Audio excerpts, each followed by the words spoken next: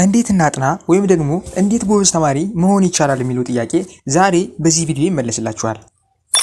በዛሬው ቪዲዮ 11 ነጥቦችን አንስተን አንድ ባንድ ዲቴይልን እንመለከታለን። እነኚህ 11 ነጥቦች ደግሞ እኛውን ስኬታማ ሰው እየተጠቀምባቸውና ተጠቅሞባቸው ያለፉና አሁንም ደግሞ ጥቅም ላይ እየዋሉ ያሉ ናቸው።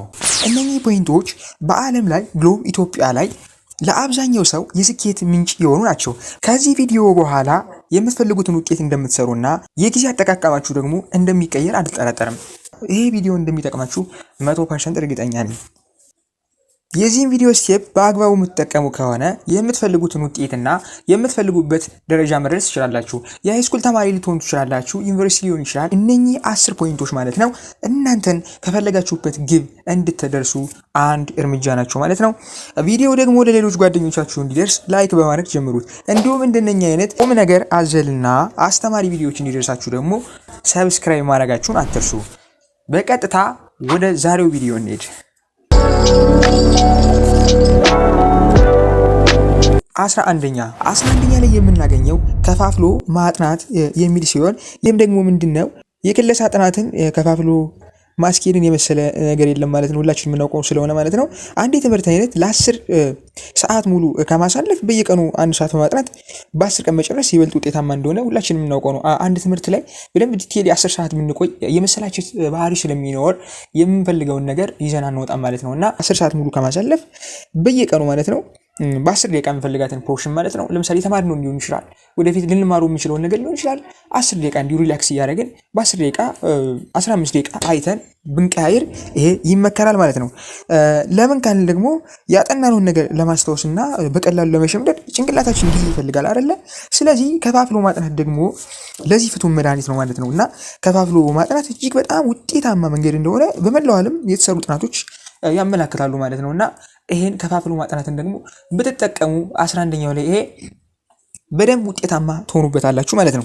10ኛ ላይ የምናገኘው ደግሞ እቅድ ማዘጋጀት እንግዲህ ማንኛውም ሰው ሊጠቀመው የሚገባው እቅድ ማዘጋጀት ነው። እንግዲህ ያለ እቅድ የሚመራ ህይወት ምንም ዋጋ የለውም ማለት እንችላለን ማለት ነው። ምናልባት ነገሮችን ቦታ ላይ ማስያዝ እና እቅድ ለማውጣት የምናጠፋው ጊዜ የባከነ መስሎ ሊሰማን ይችላል እና ነገር ግን እውነታው በተቃራኒው ነው። ምክንያቱም ምን ማጥናት እንዳለባችሁና መቼ ማጥናት እንዳለባችሁ እቅዳችሁ ይነግራችኋል ማለት ነው። እና እቅድ ካላወጣችሁ ግን ለምሳሌ ዛሬ ተነስቼ እኔ ምን ላጥና አይነት ነገር የሆነ የመወዛገብ ባህሪ ስለሚኖር ስለዚህ እቅድ የግድ ነው ማለት ነው። እና እቅድ ካወጣችሁ ግን የሚፈልጉትን ሰብጀክት ፒክ አድርጋችሁ ማንበብ ትችላላችሁ ማለት ነው። እና እቅድ በጣም አስፈላጊ ነው ማለት ነው። እና እንግዲህ በጣም ስኬታማ ሆኖ የምናያቸው ሰዎች ህይወታቸውን በእቅድ ስለሚመሩ ነው ማለት ነው። እና ትልቁ ሚስጥር እቅድ ነው ማለት ነው። እና ከዚህ በተጨማሪ ደግሞ ምን ያክል እንደተጓዛችሁ ለመመዝገብና ለመከታተል ይረዳችኋል ማለት ነው። በእቅድ የሆነ ህይወት ሲኖራችሁ ምን ያክል በቃ ወደ ህይወታችሁን ብትወስዱት በትምህርት ብቻ አይደለምና ያቀዳችሁ ወደፊት የምታቀዱትና የምታልሙት ነው አይደለ? ስለዚህ ከዛ ጋር ምን ያክል ይጃለው ወደ ግብ ምን ያክል ይጠጋው ነው የሚለውን ደግሞ እንድታሰሉ ይረዳችኋል ማለት ነውና የትኞቹን ለምሳሌ ማስታወሻ ደብተሮች መቼ መልከት እንዳለባችሁ፣ የትኞቹን መጽሐፍት ለተጨማሪ ማብራሪያ ወይ ደግሞ ለሪፈረንስ እንደምትጠቀሙ፣ እንዲሁም የፈተና ጥያቄዎችን መቼ መለማመድ እንዳለባችሁ በእቅድ ውስጥ ማስገባታችሁ በጣም ውጤታማ ያደርጋችኋል ማለት ነውና እዚህ ጋር መርሳት የሌለብን ነገር ደግሞ ምንድነው ማለት ነው ለእረፍትና ለአካላዊ እንቅስቃሴ ደግሞ ቦታ መስጠት እንዳለብን ነውና እረፍትና አካላዊ እንቅስቃሴ ያስፈልጋል። ለምሳሌ ማታ ማረፍ ባለብን ሰዓት መተኛት ባለብን ሰዓት ቢያንስ አትሊስት 6 ሰዓት መተኛት አለብን አይደለ? ከዛ ውጪ ደግሞ ስፖርታዊ ነገሮችን መስራት መንቀሳቀስ አለብን። ለምሳሌ ኳስ ሊሆን ይችላል፣ ሌሎች እንግዲህ እንደምንወደው ማለት ነውና እንደ ጾታም ደግሞ ስፖርት አካላዊ እንቅስቃሴ ወክ ማድረግ ሊሆን ይችላል። እነኛን ደግሞ በደንብ መጠቀም አለብን ማለት ነው። አካላዊ እንቅስቃሴ ማድረግ አለብን ማለት ነው።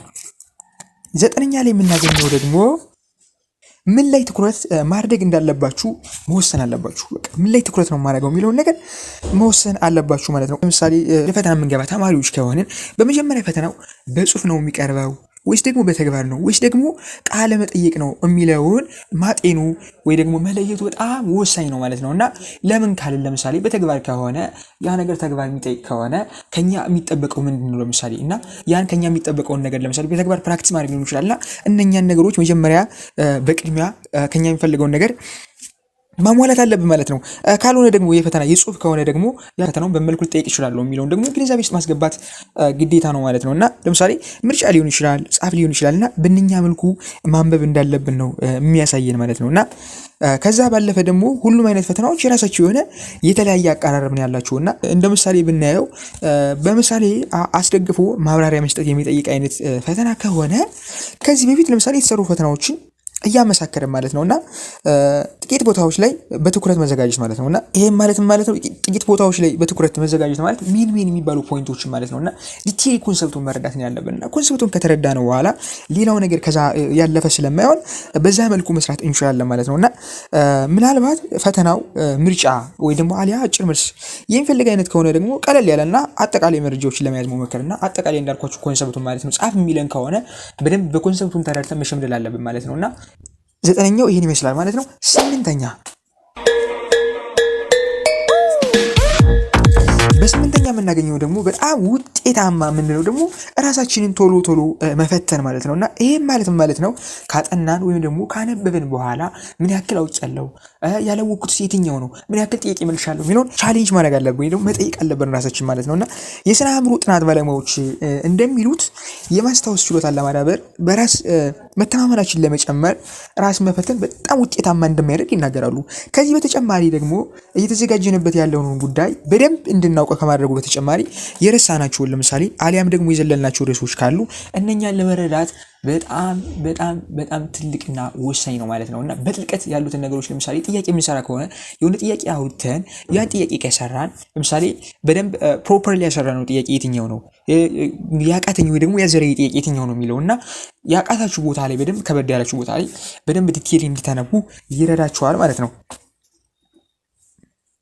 ሰባተኛው ደግሞ መምህር መሆን ምን ማለት ነው? አትወዛገቡ። መምህር መሆን ማለት ኖርማል መምህር ሆኑ ሳይሆን ተበድ ያለውና ራሳችሁን የመፈተን ስራውን ካከናወናችሁ በኋላ ዩኒቨርሲቲ ከሆነ ዶርም ቁጭ ብላችሁ ከሆነ ካልሆነም ደግሞ ሃይስኩል ላይ ምናምን ከሆነ ኤሌመንታሪ ከሆነ ከጓደኞቻችሁ ጋር ሰብሰብ ስትሉ ማጠናችሁትን ነገር ለነሱ ብትነግሯቸው ራሳችሁን በመምህር ቦታ አደርጋችሁ እውቀታችሁን ለማካፈል ሞክሩ። ይሄም ለእናንተም ለነሱም ጠቃሚ ስለሚሆን ማለት ነውና እናንተ ለነሱ በነገርካችሁ ቁጥር ያስከው ነገር ወይ ደግሞ ያስከው ነገር ሴቭ ሆኖ እንዲቀመጥ ነው ማለት ነው። ለአንቺ የሚረዳሽ ለነሱም ደግሞ እንዲጠቀሙበት ይሆናልና እኔ ለምሳሌ አሁን ጓደኛዬ የነገረኝ ነገር አረሰውም እንደራሴ ነግራችሁ እንዳብዛኛው እንዳብሪሽ እኔ ተማሪ ስለሆንኩኝ ማለት ነውና ከዛ በተጨማሪ ደግሞ ምን ያክል እንደምታስታውሱ ማወቅ ትችላላችሁ ማለት ነው። ስድስተኛ ላይ የምናገኘው ደግሞ ስልካችሁን ሳይለንት ማድረግ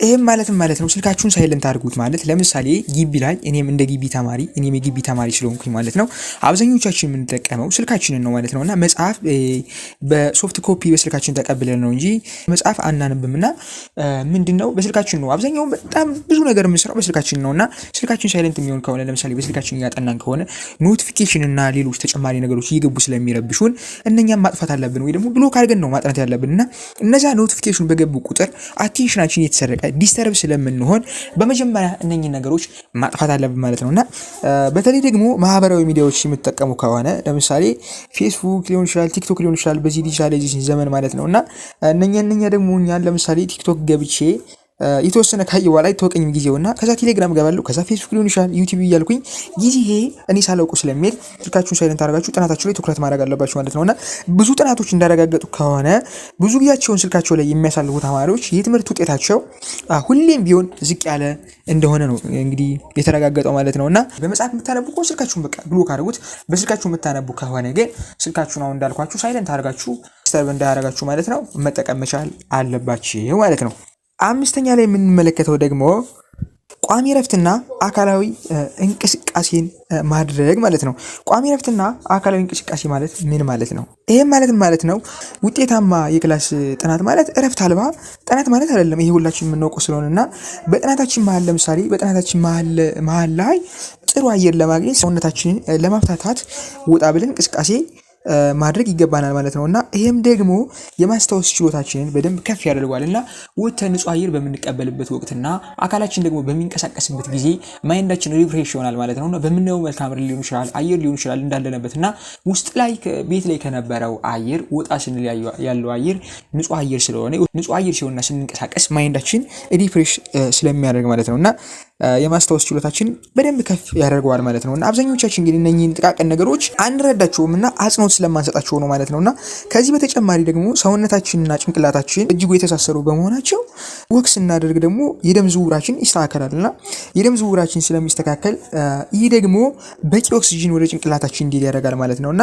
ከዛ በተጨማሪ ደግሞ አካላዊ እንቅስቃሴ ማድረግ እንግዲህ የምናውቀው ነው ተዘርዝሮ የማያልቅ ጥቅም ያለው ሲሆን ጭንቀትን ለመከላከል ደግሞ በተለይ ጭንቀትን ለመከላከል በጣም ፍቱን መድኃኒት ነውና ከጭንቀት መከላከል ባሻገር ደግሞ በራስ መተማመንን ለመጨመር ከነዚህ በመካከል ይጠቀሳሉ ማለት ነውና ስፖርት የራስ መተማመናችንን በደንብ ሃይ እንዲሆን ነው ኦቨር ኮንፊደንስ እንዲሆን ነው የሚያደርገንና ስፖርት መስራት አለብን በአጽንኦት የምናገረው ነገር ነውና ስፖርት በደንብ መስራት አለብን ማለት ነው።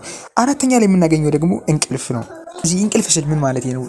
በብዛት እንድተኙ አይደለም። ተማሪ እንደመሆናችን ለምሳሌ የምንተኛበት ጊዜ አለ፣ የምናጠናበት ጊዜ አለ። ማለት የፈለኩት ምንድነው ከፈተና በፊት ያላችሁን ምሽት ጥሩ እንቅልፍ አግኝቶ ማሳለፍ ተገቢ እንደሆነ ብዙ ሰዎች ይስማማሉ ማለት ነውና ለምሳሌ የጠናናቸው ፖርሽኖች አሉ። እነኛ ፖርሽኖች በደንብ ሴቭ እንዲሆኑ በደንብ መተኛት ይመከራል ማለት ነውና ነገር ግን ጥሩ እንቅልፍ ፈተናው ሲቃረብ ብቻ ሳይሆን ከሳምንታት በፊት ለምሳሌ ገና ፈተናው ሳምንታት ምናምን ሲቀሩት በደንብ ጥናታችንን ከበር አድርገን እንዳጠናን እንደ ፕሮግራማችን ማለት ነውና በደንብ መተኛት አለብን ማለት ነው። ክለሳ በሚደረግበት ወቅት ፈተና ሲደርስ ብቻ ሳይሆን ክለሳ በሚደረግበት ወቅት በጣም ብዙ ፖርሽኖችን ከበር ስለምታደርጉ መተኛት ያለባችሁን ጊዜ እንድትተኙ ይመከራል ማለት ነው። ሶስተኛው ደግሞ ጸጥታ ውስጥ ሆኖ ማጥናት። በጸጥታ ውስጥ ሆኖ ማጥናት ማለት ሙዚቃ ካለ መቀነስና በጸጥታ ማንበብ ማለት ነውና በጸጥታ ውስጥ ሆኖ ጥናታቸውን የሚያከናውኑ ተማሪዎች ሙዚቃ እየሰሙ ከሚያጠኑ ተማሪዎች ጋር ሲወዳደሩ በእጅጉ የተሻለ የማስታወስ ትኩረትና አቅም እንዳላቸው ለማረጋገጥ ተችሏል ማለት ነውና ሁሌም ስታጠኑ ለምሳሌ በሙዚቃ ብቻ አይደለም አንዳንድ ነገሮች ዲስተርብ የሚያደርጉ ነገሮች አሉና ከእነኛ በቻላችሁት መጠን መራቅ አለባችሁ ማለት ነውና በጸጥታ ሆነን የምናነባቸው ፖርሽኖች መቼም አንረሳቸውምና ይሄ ሁላችን የምናውቀው ነገር ስለሆነ እና አንዳንድ ልጆች ደግሞ ሙዚቃ ከብተው ሊሉ ይችላልና ኢንጆይ እያደረጉ ማጥናት የሚፈልጉ ልጆች አሉና ሰው በእርግጥ ያጠናን ዘዴው ይለያያል አይደለ? ግን አብዛኛው ጊዜ የሚመከረው ምንድነው በጸጥታ ብናነብ እነኛ ነገሮች በደንብ የማያዝ አቅም አለን ማለት ነውና የምፈልገውን ነገር በደንብ ሴቭ እናደርጋለን ማለት ነውና በጸጥታ ደግሞ ማንበብ አለብን ማለት ነው። ሁለተኛ ላይ የምናገኘው ደግሞ በጠዋት ጥናት መግባት ወይም ደግሞ በጠዋት ጥናት መጀመር የሚለውን እናገኛለን ማለት ነውና ይሄም ማለት ነው ሁሌም ቢሆን ነገሮችን አስቀድሞ የመጀመርን የመሰለ ነገር የለም። ይሄ ሁላችን የምናውቀው ነገር ስለሆነ ማለት ነውና ለፈተና ቢሆንም ጥናት በጠዋት ተነስቶ መጀመር በፈተና ወቅት የተረጋጋ መንፈስ እንዲኖረን ይረዳናል ማለት ነውና ያን የምንፈልገውን ነገር ስለምናደርግ ማለት ነውና ጠዋት ላይ ጭንቅላታችን እረፍት አድርጎ በአዲስ መንፈስ ነው ሁሉም ነገር ስለሚጀምር ተኝተን ስለምንነሳ ማለት ነውና በዚህ ሰዓት ማጥናት በጣም በእጅጉ ውጤታማ እንደሚያደርግ ይነገራል ማለት ነውና በተለይ ደግሞ የክላስ ጥናቶችን ለከሰዓት ማሸጋገር ተገቢ አይደለም ማለት ነው። ከሰዓት ለምሳሌ ሙቀት ሊሆን ይችላል ጭንቅላታችን ሴቭ የሚያደርግ አቅሙ እንደ ጠዋቱ አይደለም ማለት ነውና ጠዋት ጥናት የምንጀምርበትና የምናበቃበት ሰዓት ከፈተናው በፊት ባሉት ወይ ሁለት ወይንም 3 ሳምንታት ውስጥ ተመሳሳይ ለማድረግ መሞከር ውጤታማ ያደርጋል ማለት ነው። ለምሳሌ ፈተናችን 2 ሳምንት 3 ሳምንት የሚቀረው ከሆነ ጠዋት ላይ የሆነ ፊክስድ የሆነ ሰዓት ቢሮነን ለምሳሌ ጠዋት ወይ ደግሞ 12 ሰዓት ሊሆን ይችላል 1 ሰዓት ሊሆን ይችላል እስከ 6 ሰዓት ወይ እስከ 5 ተኩል ባለው ፊክስድ የሆነ ጊዜ እስከ ፈተናው በደንብ በእነኛ ጊዜዎች ብናጠና ውጤታማ እንደምንሆን ይገለጻል ማለት ነው። የመጨረሻውና አንደኛው ደግሞ የምናገኘው ማለት ነው አብዛኛዎቻችን ልብ የማንለውና በጣም በእጅጉ በጣም ወሳኙና ጠቃሚው የምንለው አንደኛው ደግሞ ምንድነው ማለት ነው ቁርስና ጠቃሚ ምግቦችን መጠቀም ማለት ነው። ይሄ ማለት ምን ማለት ነው ካልን ሰውነታችን በአግባቡ ስራውን እንዲሰራ ኃይል ያስፈልገዋልና አንጎላችን ደግሞ ትኩረት እንዲኖረውና የማስተዋል አቅማችን እንዲጨምር በቂ የሆነና ያልተቆራረጠ የኃይል አቅርቦት ይፈልጋል። ይሄም በቂ የሆነ ያልተቆራረጠ የኃይል አቅርቦት የሚያገኘው ደግሞ እኛ ከምንወስደው ምግቦች ነው ማለት ነውና ጥናቶች እንደሚያሳዩትና እንደሚያመላክቱት ደግሞ ቁርሳቸውን ተመግበው ወደ ፈተና የሚገቡ ተማሪዎች የተሻለ ውጤት ያስመዘግባሉ ከነማን ካልን ደግሞ ቁርሳቸውን ሳይበሉ ከሚገቡ ተማሪዎች ማለት ነውና እነኚህ ጥናቶች የሚያመላክቱት ቁርስ ተመግበን በልተን የምንገባ ከሆነ የተሻለ ውጤት እንደምናመጣ ነው እንግዲህ ጥናቱ ያረጋገጠው ማለት ነው። ስለዚህ ሁሌም ቢሆን ፈተና ያለባቸው ተማሪዎች እንደ ዳቦ ሊሆን ይችላል፣ ሩዝ፣ ድንችና በካርቦሃይድሬት የበለጸጉ ምግቦችን በቁርስ ሰዓት ተመግበው ቢወጡ ይመከራል ማለት ነው። ከዛ ውጭ ደግሞ እርጎ ሊሆን ይችላል፣ እንቁላል ሊሆን ይችላል፣ አሳ፣ እነኚህ ጎመን፣ ቲማቲም፣ አቮካዶ አይነት ምግቦችን በእጅጉ በጣም ጠቃሚ ናቸው ማለት ነው እና እኚህን መውሰድ አለብን። ለምሳሌ ከነኚህ መካከል አንዱን ቢገልጽላችሁ አሳ አለና አሳ እንግዲህ ለልጆች እንኳ ገና ህፃን እያሉ እንግዲህ ከስንት ወር ጀምሮ እንደሆነ አላውቅም የአሳ ዘይት አለና ያን እየወሰዱ እንዲያድጉ ይደረጋል እና ያን መውሰዳቸው ምንድነው ለምሳሌ በጣም ፈጣን እንዲሆኑ ያደርጋል ማለት ነው እና ፈጣንና ጂኒየስ እንዲሆኑ ይረዳል እውነቱን ለመናገር እና ምግብ በጣም ወሳኝ ነውና ምግብ አንድ ወሳኝ ስለሆነ ነውና በህፃንነታቸው ልጆች በወላጆቻቸው ለምሳሌ በእንክብካቤ ሆነው ያን የአሳ ዘይት ከልጅነታቸው ጀምሮ እየወሰዱ እንዲያድጉ የሚደረገው ማለት ነው። የዛሬው ቪዲዮ ይሄን ይመስላል ማለት ነው። ቪዲዮውን ደግሞ ከወደዳችሁት እስካሁን ከቆያችሁ ላይክ፣ ሼር፣ ሰብስክራይብ በማድረጋችሁ አትርሱ ማለት ነው። እንደነኚህ አይነት በጠቃሚ በሌላ ቪዲዮ እንመለሳለን ማለት ነው። የዛሬው ይሄን ይመስል ነበር። እንደተጠቀማችሁበት አልጠራጠርም። ባባይ